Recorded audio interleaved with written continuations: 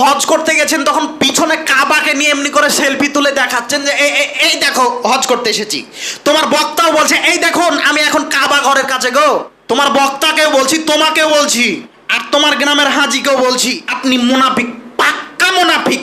আপনার বউ মুনাফিক, আপনার স্ত্রী মুনাফিক, আপনার মা মুনাফিক, আপনি মুনাফিক, আপনার ছেলে মুনাফিক।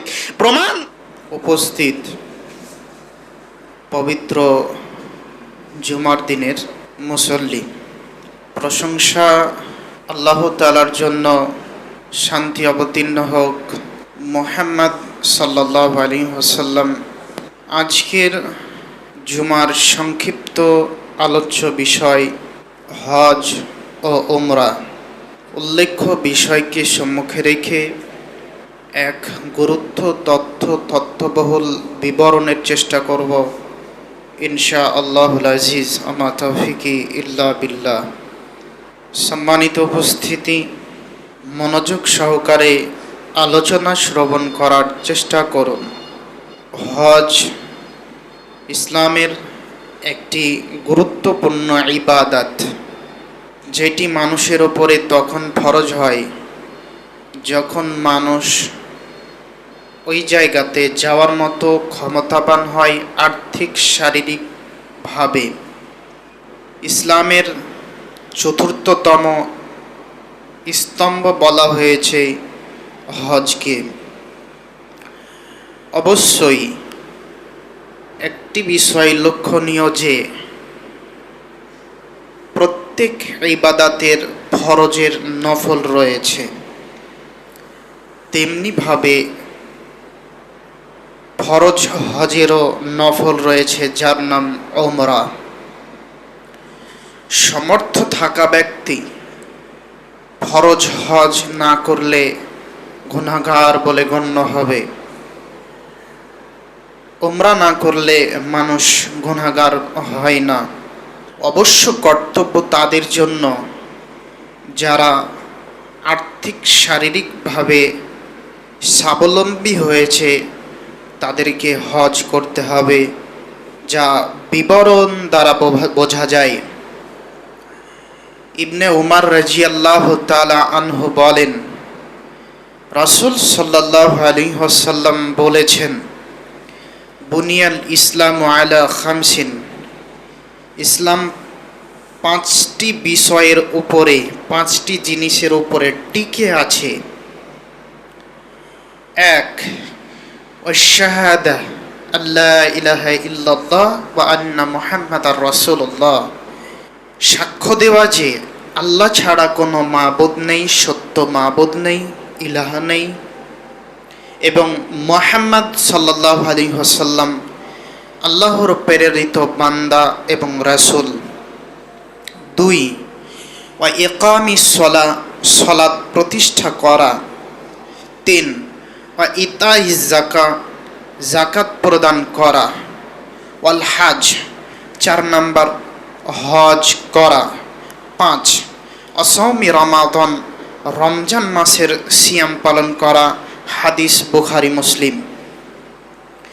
অত্র বিবরণ দ্বারা বোঝা যায় যে ইসলাম 5টি জিনিসের উপরে টিকে আছে, যার 1 নম্বর হলো তাওহীদ, শাহাদা দেওয়া যে আল্লাহ ছাড়া কোনো মাবুদ নেই এবং মুহাম্মদ সাল্লাল্লাহু আলাইহি ওয়াসাল্লাম আল্লাহর প্রেরিত বান্দা এবং রাসূল।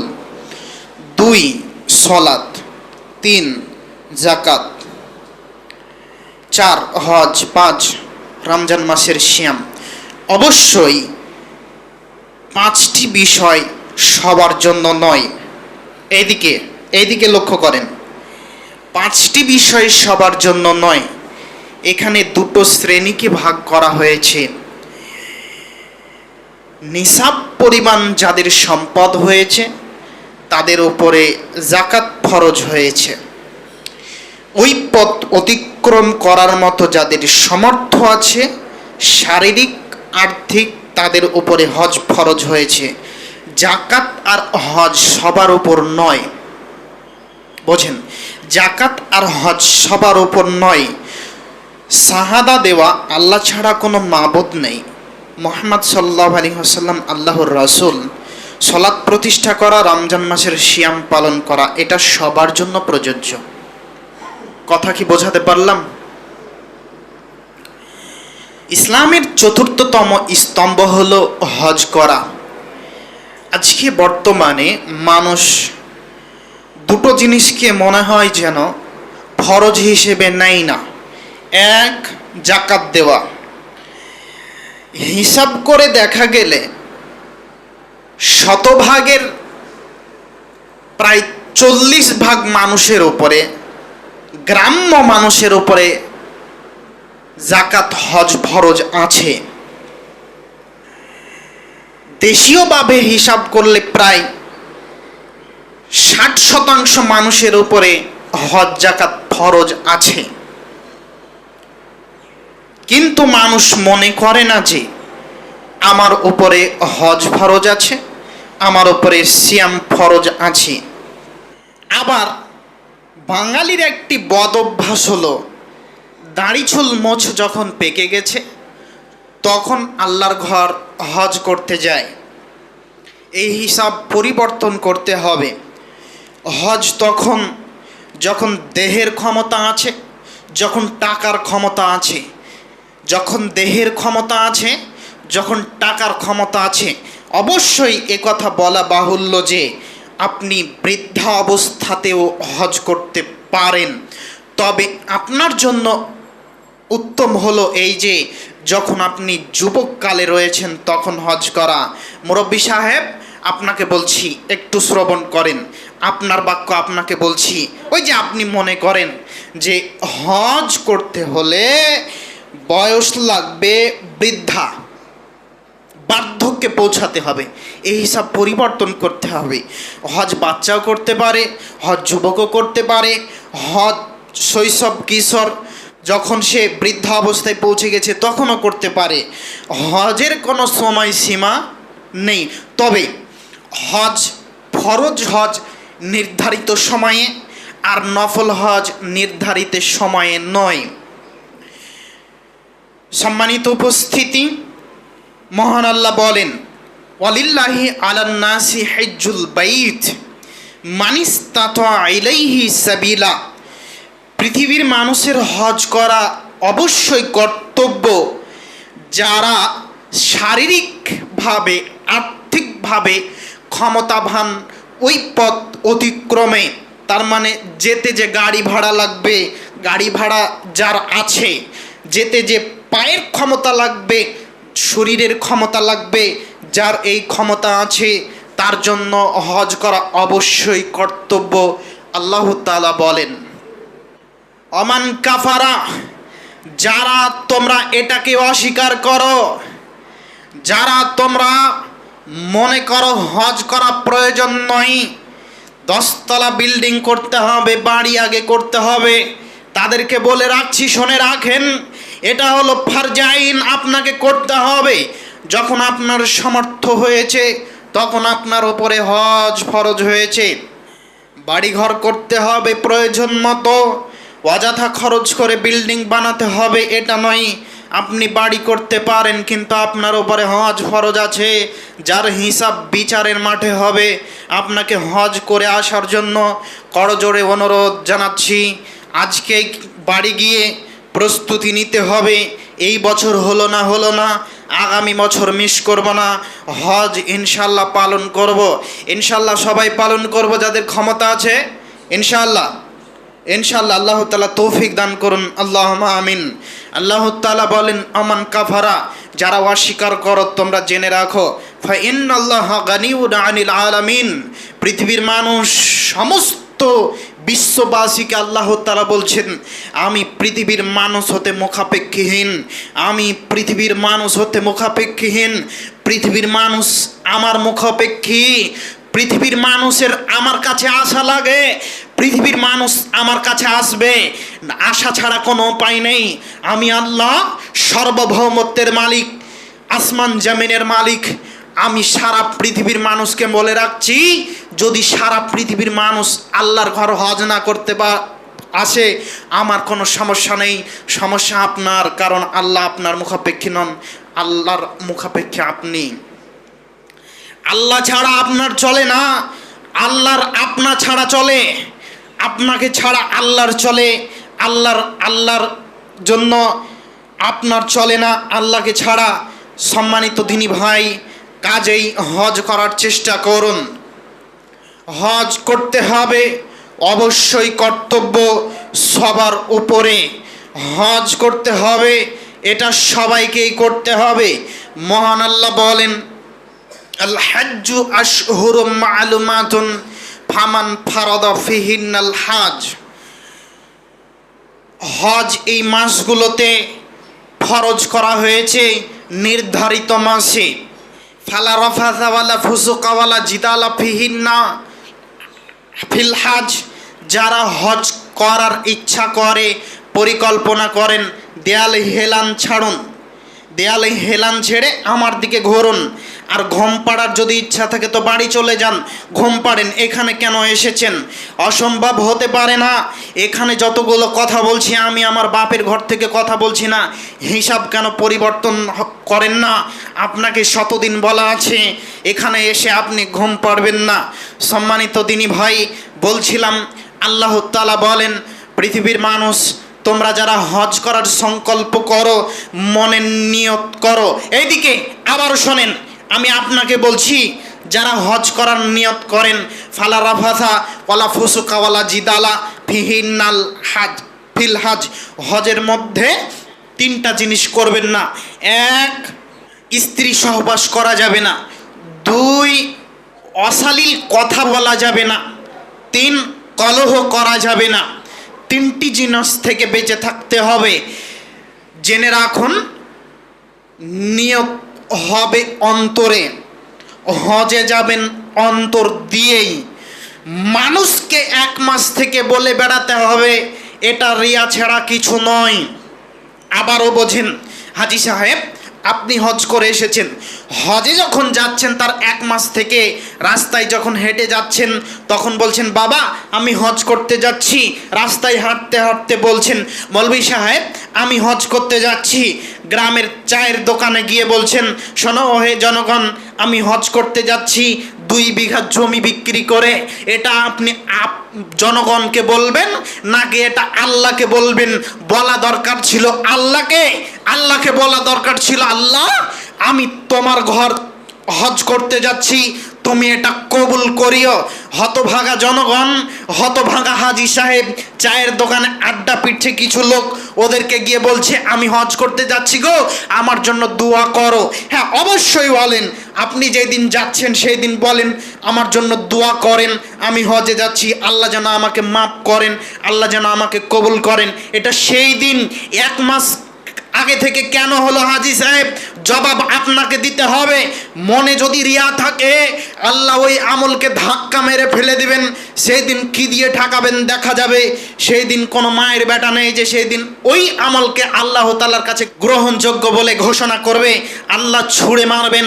যেটা আমল আল্লাহর জন্য হবে সেটা আল্লাহ তাআলা গ্রহণ করবেন, যেটা আল্লাহর জন্য হবে না সেটা আল্লাহ তাআলা গ্রহণ করবেন না। এইবারে হাজি সাহেব হজ করে বাড়ি এসেছে, পূর্বে বাটপারি চিটারি করে করে হজ করে আসলো। আসার পরে যখন জনগণ ওকে হাজি বলে না ডাকে, তখন আবার রাগ করে। জি, হিসাব ভুল আছে। জনগণকে বলছি, এই যে মসজিদে নামাজ পড়ছেন যারা 5 ওয়াক্ত নামাজি, সালাত আদায় করেন, কেন আপনার নামটা এমন করলে হয় না যে নামাজি সাহেব? যিনি জুমার দিনে সালাত আদায় করেন ওর নাম জুমা আলী বললে ভালো হয় না? হাজি সাহেব একটু দেখেন তো, আপনার নামের সাথে একটু মিলিয়ে দেখেন। যিনি ঈদের সালাত আদায় করেন ওনাকে ঈদমিয়া বললে ভালো লাগে না? আপনি কেন খুশিতে মেতে উঠেন হাজি সাহেব যখন আপনাকে হাজি বলা হয়? জি, এটা তো বলা হয় ওই যে কাবার আশপাশের পুলিশ, এই তো বলছে হাজি সাহেব। তো ওখানে আপনাকে বলছে এই কারণে যে এই আপনি হজ করতে এসেছেন, তাই এখন ওখানে এখনো কি বাড়িতে আপনি হজ করছেন? বোঝাতে পারলাম না। কাবা ঘরে যখন আপনি তওয়াফ করছেন তখন আপনাকে বলছে হাজি হাজি। তো এখন বাড়িতে এসেও কি আপনি হজ করছেন যে আপনাকে হাজি বলা লাগে? তার মানে আপনি বোঝাতে চাচ্ছেন গ্রামে আপনি বড় গণ্যমান্য ব্যক্তি হয়েছেন, আপনি হজ করেছেন। এজন্যই তো হাজি সাহেব লুঙ্গি খুলতে পারে কিন্তু মাথার টুপি খুলতে পারে না।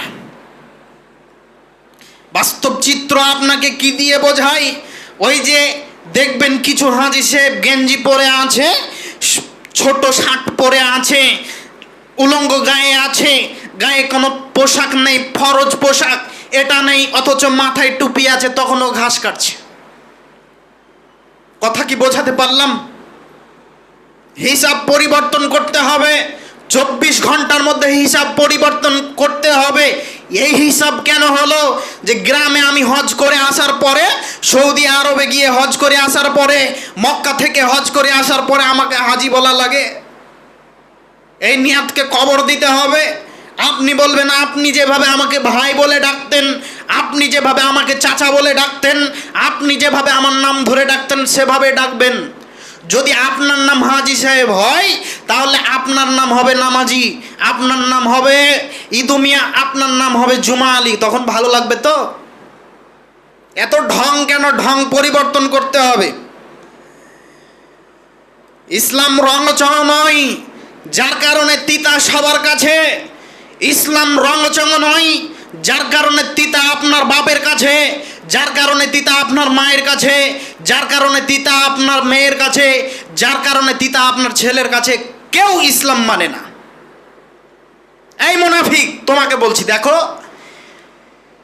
বুখারী খোলো। আনাস রাদিয়াল্লাহু তাআলা আনহু বলেন, আল্লাহর নবী একজন মানুষকে বলে পাঠালেন। যখন বলে পাঠালেন যে বলো যে মদ হারাম, তখন আমরা মদ পান করছিলাম। কে বলছেন? আনাস। যেমনি এসে সাহাবী বলল, ওহে জনগণ, মদকে আল্লাহ রাসূল হারাম করলেন, সাথে সাথে মদের বাটি ছিল, মদের গ্লাস ছিল, মদের কলসি ছিল, হড়হড় করে গড়াতে লাগলাম। মদিনার অলিগলিতে গড়তে থাকলো, গড়তে আছে, এমনভাবে গড়তে আছে মনে হচ্ছে মদিনার মাটিতে মদের বন্যা বইছে, মদিনার মাটিতে মদের বন্যা এসেছে। একেবারে বন্যায় যেমন অবস্থা তেমনি অবস্থা মদের। জনগণ যখন জানতে পারলেন, মদকে গড়িয়ে দিলেন, কোটি টাকার সম্পদ গড়িয়ে দিলেন। তো এই কথাটা বলতে যত সময় লেগেছে, মানতে তত সময় লাগেনি। আবার বোঝেন, এ কথা বলতে যত সময় লেগেছে, মানতে তত সময় লাগেনি। এবার যারা খেয়ে ফেলেছেন তারা মুখের ভিতরে হাত ভরে দিয়ে বমি করে ফেলে দিচ্ছেন। বমি করে ফেলে দিতে পারলেন, আপনি মুনাফিক, পাক্কা মুনাফিক। আপনার বউ মুনাফিক, আপনার স্ত্রী মুনাফিক, আপনার মা মুনাফিক, আপনি মুনাফিক, আপনার ছেলে মুনাফিক। প্রমাণ বুখারীর হাদিস। আপনাকে বিগত 40 বছর ধরে বলা হচ্ছে যে আপনি বিড়ি খেয়েন না। মুখ থেকে নয়, ট্যার থেকে পড়েছে। তো মুনাফিককে আর খোঁজা লাগে গো? এই ছেলে, তোমাকে বলছি, তোমাকে শতদিন বলা হয়েছে যে মাথার চুল কাটতে হবে। তুমি পাক্কা মুনাফিক।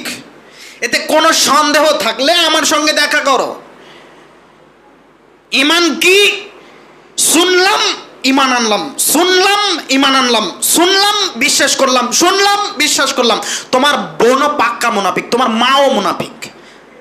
বলো তো, এখানে যত মানুষ আছেন সবাই বলেন, আপনারা কি জানেন না যে ফরজ বিধান হলো পর্দার বিধান? তারপর আপনার বউ ল্যাংটা হয়ে রাস্তায় ঘুরছে গো।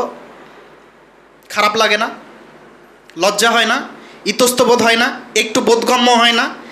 একটু বোধগম্য থাকা দরকার, একটু লজ্জা থাকা দরকার, একটু ইতস্তবোধ থাকা দরকার যে আমি মুসলিম, আমি মুসলিমের বাচ্চা। তোমার ঈমানই নেই। তোমার ঈমান কবে চলে গেছে? এজন্য মুহাম্মদ সাল্লাল্লাহু আলাইহি ওয়াসাল্লাম বলছেন, পৃথিবীর মানুষ এমন একটা সময় আসবে যে সময় মসজিদে মুসল্লি আর মুসল্লি, যখন তুমি তাদের অন্তরে হাত দিবা তখন ঈমান নেই।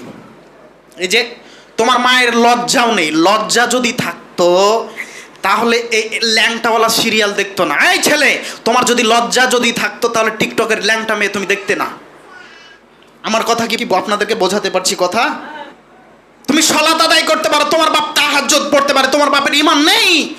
তোমার বাপের যদি ঈমান থাকবে তো ভাবির সাথে গল্প করতো না। ইমান খারাপ কাজ থেকে রুখে। কি কাজ থেকে রুখে? খারাপ কাজ থেকে রুখে। ইমান কি কাজ থেকে রুখে মুরব্বী সাহেব? ইমান কোন কাজ থেকে রুখে? খারাপ কাজ থেকে।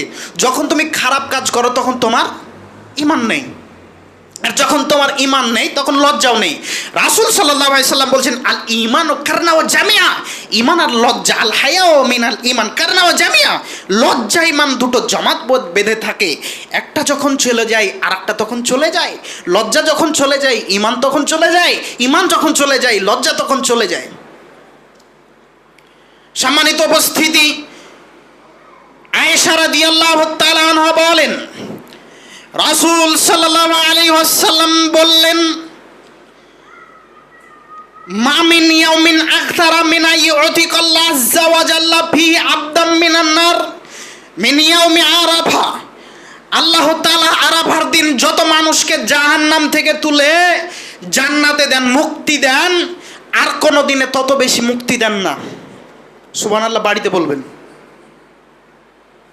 আবার শোনেন, এইদিকে আয়েশা রাদিয়াল্লাহু তাআলা আনহা বলেন, রাসূল সাল্লাল্লাহু আলাইহি ওয়াসাল্লাম বলছেন, আল্লাহ তাআলা আরাফার দিনে যত মানুষকে জাহান্নাম থেকে তুলে জান্নাতে দেন, মুক্তি দেন, আল্লাহর নবী বলছেন আল্লাহ তাআলা আর কোনোদিন ওইভাবে মানুষকে জাহান্নাম থেকে মুক্তি দেন না। কথা কি বোঝাতে পারলাম? ফা ইন্নাহু লা ইয়াদনু, তাদের আল্লাহ তাআলা অতি নিকটে হন। সুম্মা ইউবাহি বিহিমুল মালাইকা, ফেরেশতাদের সম্মুখে আসেন, এসে আল্লাহ তাআলা গর্ব করেন, ওই যে আমার বান্দারা আমার প্রশংসা করছে, আমার কাছে ক্ষমা চাইছে, আমার কাছে কান্নাকাটি করছে। ফায়াকুলু, অতঃপর তিনি বলেন, মা আরাদা হাউলায়ে, ওই ফেরেশতা বলো তো ওরা কি চাই? ওরা যা চায় আমার কাছে আমি তাই দিব, ওরা যা চাইছে আমার কাছে আমি তাই দেব। হাদিস মুসলিম। সেই দিন মানুষ যা চাই আল্লাহ তাকে তাই দিয়ে দিবেন। ইবনে আব্বাস রাদিয়াল্লাহু তাআলা আনহু বলেন, রাসূল সাল্লাল্লাহু আলাইহি ওয়াসাল্লাম বলেছেন, নাজালাল হাজারুল আসওয়াদ মিনাল জান্নাহ ওয়া হুয়া আশাদ্দু বায়াদাম মিনাল লাবান। আল্লাহ তাআলা হাজারে আসওয়াদ, হাজী সাহেব যেই পাথরটা আপনি চুম্বন করছেন কালো কুচকুচ করছে, এই পাথরের কথা বলছি। আল্লাহ তাআলা জান্নাত, যখন আল্লাহ তাআলা পৃথিবীতে হাজারে আসওয়াদকে পাঠান তখন হাজারে আসওয়াদ দুধের চাইতে সাদা ছিল। কিসের চাইতে সাদা ছিল? দুধের চাইতে সাদা ছিল। ফাসাওয়াদাতহু খাতায়া বানি আদম, বানি আদমের পাপ শোষণ করে করে করে করে করে পাথরটা আজকে কালো হয়ে গেছে। পাথরটা কি হয়ে গেছে? কালো হয়ে গেছে। কার কারণে? মানুষের পাপের কারণে। এইদিকে লক্ষ্য করেন, মানুষ যখন ওখানে গিয়ে পাথরে চুম্বন করে তখন মানুষের পাপ একেবারে ধুয়ে মুছে পরিষ্কার হয়ে যায়। এখানে একটা কথা মনে পড়ে গেল, মৌলভী সাহেব, আমার ভাইয়ের যে জমি মেরে খেয়েছি, আমার বোনের যে জমি মেরে খেয়েছি, আজকে একটা কথা আপনাদেরকে বলি। ওই যে আপনার ডিলার সাহেব আছে না, ওর কথা বলি। ধরেন আপনি ডিলার সাহেব, আপনি বলছেন আমি যে হাজারো মানুষের মাল মেরে খেয়েছি গো মৌলভী সাহেব, এখন আমি ওই যে হাজারে আসওয়াদে চুম্বন করেছি আর বলেছি আল্লাহ তুমি আমাকে ক্ষমা করো। আল্লাহ কি আমাকে ক্ষমা করেছে?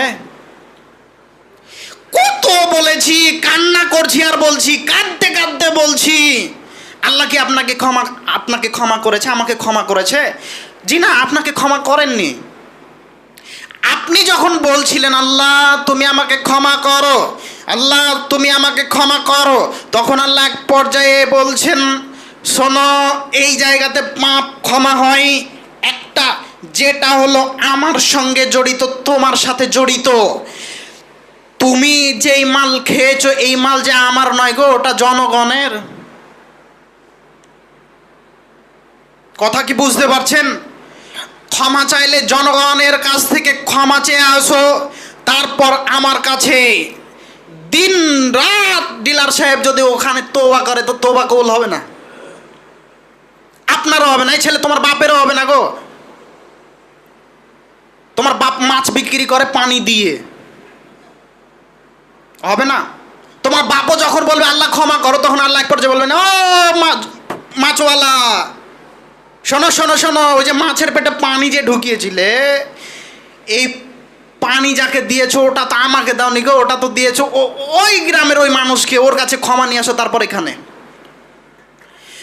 মানুষের সঙ্গে জড়িত পাপ অতীব খারাপ, মানুষের সঙ্গে জড়িত পাপ কঠিন খারাপ, মানুষের সঙ্গে জড়িত পাপ খুবই খারাপ, যা আল্লাহর কাছে নির্জনে নিরালায় গিয়ে আল্লাহর কাছে কান্নাকাটি করে ক্ষমা হয় না। তো তোমার বাপ মাংস যতজনকে 150 গ্রাম করে কম দিয়েছে, সবার কাছে ক্ষমা নিতে বলো দেখি, কত মানুষ মরেও গেছে, বলো কি হবে? বলছিলাম হাজারে আসদ চুম্বন করলে মানুষের শরীর থেকে পাপ ঝরে যায়, মানুষের পাপকে শোষণ করে নেয়, মানুষের পাপ হাজারে আসওয়াদ শোষণ করে, যার কারণে সে সাদা থেকে কালো হয়েছে। যার একটি এই বর্ণনায় বোঝা যায় যে মানুষ পাপ করতে করতে তার কালবে কালি পড়ে গেছে। বোঝেন, হাজারে আসওয়াদ সাদা থেকে কালো হয়েছে কার কারণে? পাপের কারণে। আপনার অন্তর পাপের কারণে কালো আছে, এই কালোটা শোষণ করলো কে? হাজারে আসওয়াদ। কথা কি বোঝাতে পারলাম? কথা কি আমার বুঝতে পেরেছেন গো? ইবনে আব্বাস রাদিয়াল্লাহু তাআলা আনহু বলেন, রাসূল সাল্লাল্লাহু আলাইহি ওয়াসাল্লাম বললেন ফিল হাজারে আসওয়াদ সম্পর্কে, ওয়াল্লাহি আল্লাহর কসম, লা ইয়াবআসান্নাহুল্লাহু ইয়াউমাল কিয়ামা, বিচারের মাঠে হাজারে আসওয়াদ আসবে। হাজারে আসওয়াদ বিচারের মাঠে আসবে যখন, আল্লাহ তাআলা ইউবসিরু আইনানে ইউবসিরু বিহিমা, আল্লাহ তাআলা দুটো চক্ষু দিবেন হাজারে আসওয়াদকে, দুটো চক্ষু দিবেন যা দিয়ে সে দেখবে। ওয়ালিসানুন ইয়ান্তিকু বিহি, তাকে জিহব্বা দিবে। আমাদের যে জিহব্বা আছে, আল্লাহ তাআলা হাজারে আসওয়াদকে জিহব্বা দিবেন। হাজারে আসওয়াদ যখন জিহব্বা পেয়েছে, তখন হাজারে আসওয়াদ কি করবে? কথা বলবে। ইয়াশহাদু আলা মান ইসতালামাহু বিহাক্কিন, সাক্ষ্য দিবে ওই মানুষের জন্য যে মানুষ আল্লাহর জন্য হজ করেছে, আল্লাহকে সন্তুষ্ট করার জন্য হজ করেছে। হাজারে আসওয়াদ বিচারের মাঠে আসবে, ভালোভাবে মনে রাখেন এই হাদিস। হাজারে আসওয়াদ বিচারের মাঠে আসবে, এসে সাক্ষ্য দিবে, এসে সে দেখবে, সাক্ষ্য দিবে যেই ব্যক্তি আল্লাহকে সন্তুষ্ট করার জন্য হজ করেছে। হাজারো মানুষকে সন্তুষ্ট করার জন্য হজ করে, হাজারো মানুষকে সন্তুষ্ট করার জন্য হজ করে, আল্লাহকে সন্তুষ্ট করার জন্য হজ করে না। হাজী সাহেব এই যে হজ করতে গেছেন, তখন পিছনে কাবাকে নিয়ে এমনি করে সেলফি তুলে দেখাচ্ছেন যে এই দেখো হজ করতে এসেছি। তোমার বক্তাও বলছে এই দেখুন আমি এখন কাবা ঘরের কাছে গো। তোমার বক্তাকেও বলছি, তোমাকেও বলছি, আর তোমার গ্রামের হাজিকেও বলছি, এমনি করে দেখাচ্ছে যে দেখো আমি হজ করতে এসেছি। ইবাদত গোপনে হয়, তোমার বক্তাকেও বলিও আর হাজি সাহেবকে বলিও যে ইসরাফিল সালাফি বলে গেছেন যে হজ গোপনে হয়, হজ এইভাবে দেখিয়ে দেখিয়ে হয় না। দেখলো আপনার পাশে যারা ছিল তারা ঠিক আছে, অনলাইনে এইভাবে এসে দেশবাসীকে দেখানোর কি প্রয়োজন গো? কথা মনে হয় বোঝাতে পারলাম না। তার মানে ও বোঝাতে চাচ্ছে দেখো আমি হজ করতে এসেছি। তো এটাকে আল্লাহকে সন্তুষ্ট করা হলো? কথা বলে না, আল্লাহকে সন্তুষ্ট করা হলো গো? তাহলে হাজারে আসওয়াদ তার পক্ষে সাক্ষীও দিবে না। ইবাদত হবে কাকে সন্তুষ্ট করার জন্য? যুবক বলো, আল্লাহকে সন্তুষ্ট করার জন্য। তো তোমার হাজী সাহেবের ইবাদতই হয়েছে মানুষকে সন্তুষ্ট করার জন্য। হজ না করলে মানুষ কি বলবে? এত টাকার মালিক। আবু হুরায়রা রাদিয়াল্লাহু তাআলা আনহু বলেন, সুইলা রাসূলুল্লাহ সাল্লাল্লাহু আলাইহি ওয়াসাল্লাম, একজন মানুষ আল্লাহ রাসূলের কাছে এসে জিজ্ঞাসা করছেন, আইয়ুল আমালি আফদাল, আল্লাহর নবী আপনি কি বলতে পারেন উত্তম আমাল কোনটি? আল্লাহর নবী আপনি কি বলতে পারেন উত্তম আমাল কোনটি? তখন আল্লাহ নবী বলছেন, আল ঈমানু বিল্লাহি ওয়া রাসূলিহি, আল্লাহর উপরে ঈমান আনা, রাসূলের প্রতি ঈমান আনা, এটা উত্তম আমাল। ইলা ইয়া রাসূলুল্লাহ, আল্লাহর নবী, সুম্মা মাযা, তারপরে কি? ক্বালা, আল্লাহর নবী বলেন, আল জিহাদু ফি সাবিলিল্লাহ, আল্লাহর রাস্তায় জিহাদ করা। ইয়া রাসূলুল্লাহ, সুম্মা মাযা, তারপরে কোনটি? তখন আল্লাহ নবী বলছেন, আল হাজ্জু মাবরুর, কবুলকৃত হজ। 3 নাম্বার এসেছে, হাদিস বুখারী মুসলিম। আবু হুরায়রা রাদিয়াল্লাহু তাআলা আনহু বলেন, রাসূল সাল্লাল্লাহু আলাইহি ওয়াসাল্লাম বলেছেন, মান হাজ্জাল লিল্লাহ, যে ব্যক্তি আল্লাহকে সন্তুষ্ট করার জন্য হজ করবে, যেই মানুষ আল্লাহকে সন্তুষ্ট করার জন্য হজ করবে, আল্লাহকে রাজি করার জন্য হজ করবে, ফালাম ইয়ারফুস ওয়ালাম ইয়ামসুক, যে অশালীন কাজ করবে না, অশালীন কথা বলবে না, এর মধ্যে রাজা কায়াউমিন ওয়ালাদাতহু উম্মুহু, ওই মানুষ ওইভাবে ফিরে আসবে যেদিন ওর মা ওকে জন্ম দিয়েছিল। হাদিস বুখারী মুসলিম। মনে রাখবেন, হজ করার সময় হজ হবে কার জন্য? আল্লাহর জন্য। কি কি কথা বলবেন না, কি কি কাজ করবেন না? অশালীন কাজ, অশালীন কথা বলবেন না। তাহলে আপনি কার মতো হয়ে ফিরবেন? যেই দিন আপনাকে আপনার মা জন্ম দিয়েছিল সেই দিন কি আপনার কোনো পাপ ছিল? কোনো পাপ ছিল না, আপনি খুব সাদা ছিলেন। ঠিক হজ করে যখন বাড়ি আসবেন তখন আপনি ওই রকম সাদা হয়ে যাবেন। সুবহানাল্লাহ বাড়িতে বলবেন, সুবহানাল্লাহি ওয়া বিহামদিহি। এত বড় ফাজিলাত আর কোথায় পান আপনি? যেই জায়গায় গিয়ে এই দুটো ঠোঁট দিয়ে একটা চুম্বন করতে হয় আল্লাহকে সন্তুষ্ট করার জন্য। কথাকে আমি বোঝাতে পারছি আপনাদেরকে? আবু হুরায়রা রাদিয়াল্লাহু তাআলা আনহু বলেন, রাসূল সাল্লাল্লাহু আলাইহি ওয়াসাল্লাম বলেছেন, আল উমরাতু ইলাল উমরাহ কাফারাতুন লিমা বাইনাহুমা,